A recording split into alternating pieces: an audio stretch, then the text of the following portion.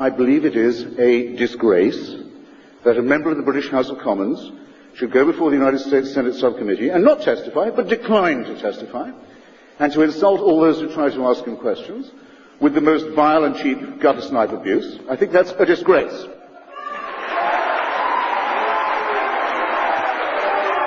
It is not just a disgrace, it is a crime. He has profited from the theft of money from the Iraqi oil for food program, has told continuous lies about his profiteering from it and the foul associates that he made, at a time when Iraqi children were dying, and 11 billion from this program, 11 billion, went to the murderer and criminal and sadist and fanatic Saddam Hussein.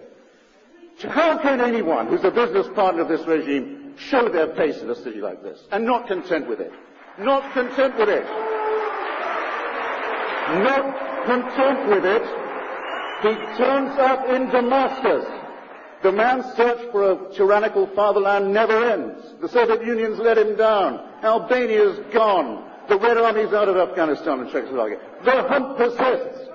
Saddam has been overthrown, and his criminal connections with him have been exposed. But on to the next. On the 30th of July, in Damascus in Syria, appearing, I've given it all to you in a piece of paper, in front of Mr. Assad, whose death squads are cutting down the leaders of democracy in Lebanon, as this is going on, to tell the Syrian people they're fortunate to have such a leader. The slobbering Dauphin, who they got because he's the son of the slobbering tyrant who came before him. How anyone with a tincture of socialist principle can act or speak in this way is beyond me, and I hope, ladies and gentlemen, far beyond you and far beneath your contempt.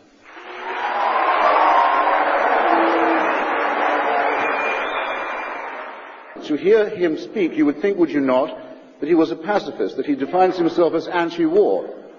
Now, how can this be said in good conscience by someone who has just, standing by the side of the dictator of Syria, on the 30th of July, referred to the 154 heroic operations conducted in Iraq by the so-called resistance, a resistance that's run, as we know, by a senior bin Ladenist and by many of the former secret police of the Ba'athist regime. How can someone say they're anti-war and they care about casualties, that they praise 154 operations a day? 145. I ask you. 145. He's coming down a bit. No, that's what it says in your leaflet. It's not that many. It says 145 in your leaflet. Let me remind you what some of those operations were.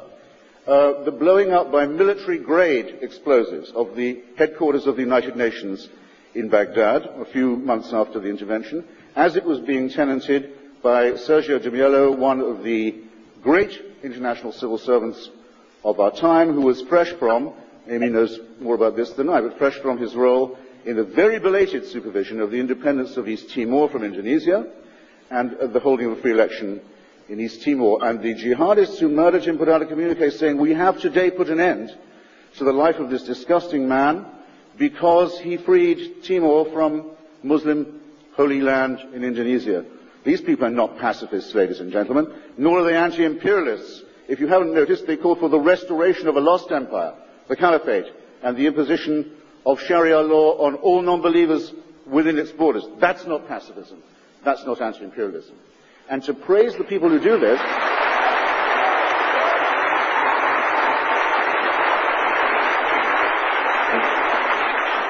is truly revolting. It's almost as funny as Michael Moore saying that the Zarqawiyat resistance in Iraq is for him the same as the Minutemen of the American Revolution. There comes a point, and I think it's come by now, where what people say is self-discrediting, requires no more comment from me. Now, among the people killed by these heroic operations in Iraq, some of them run from Syria and paid for by the human toothbrush and slobbering Dauphin Assad, Mr. Galloway's new pal. Among the victims of these operations was specialist Casey Sheehan, who was trying to clean up the festering slum of what had once been called Saddam City and was now known to us as Sada City, where the water supply is coming back on. It's taking a while because people keep blowing it up, but it's coming back on. Now, I will put a simple moral proposition to you and see if I've phrased it aright. Is it not rather revolting to appear in Damascus by the side of Assad and to praise the people who killed Casey Sheehan? Shame on you. Shame on you for saying that. Now, if you examine the record of the so-called anti-war movement in this country and imagine what would have happened had its counsel been listened to over the last 15 and more years, you would have a world in which the following would be the case. Saddam Hussein would be the owner and occupier of Kuwait. He would have succeeded in the annexation, not merely the invasion, but the abolition of an Arab and Muslim state that was a member of the Arab League and of the United Nations. And with these resources, as we now know, because he lost that war, he was attempting to equip himself with the most terrifying arsenal that it was possible for him to lay his hands on. That's one consequence of anti-war politics. That's what would have happened. In the meanwhile, Slobodan Milosevic would have made Bosnia part of a greater Serbia, and Kosovo would have been ethnically cleansed and also annexed. The Taliban would be still in power in Afghanistan if the anti-war movement had been listened to, and Al-Qaeda would still be their guests. And Saddam Hussein, with his crime family, would still be privately holding ownership over a terrorized people in a state that's been most aptly described as a concentration camp above ground and a mass grave underneath it. Now, if I had that record politically, I would be extremely modest. I wouldn't be demanding explanations from those of us who said it's about time that we stop this continual capitulation to dictatorship, to racism, to aggression and to totalitarian ideology, that we will not allow to be repeated in Iraq, the failures in Rwanda and in Bosnia and in Afghanistan and elsewhere. And we take pride in having taken that position, and we take pride in our Iraqi and Kurdish friends who are conducting this struggle. But while you're masturbating in that manner, the Iraqi secular left, the socialist and communist movements, the workers' movement, the trade unions are fighting for their lives against the most vicious and indiscriminate form of fascist violence that any country in the region has seen for a very long time. And the full intent of that was, and I'll say it to it, yes in Fallujah, was to establish a Taliban regime and a safe house for Al-Qaeda infiltration. That's what we were facing. You think you could fight that without casualties? You're irresponsible. You're ahistorical.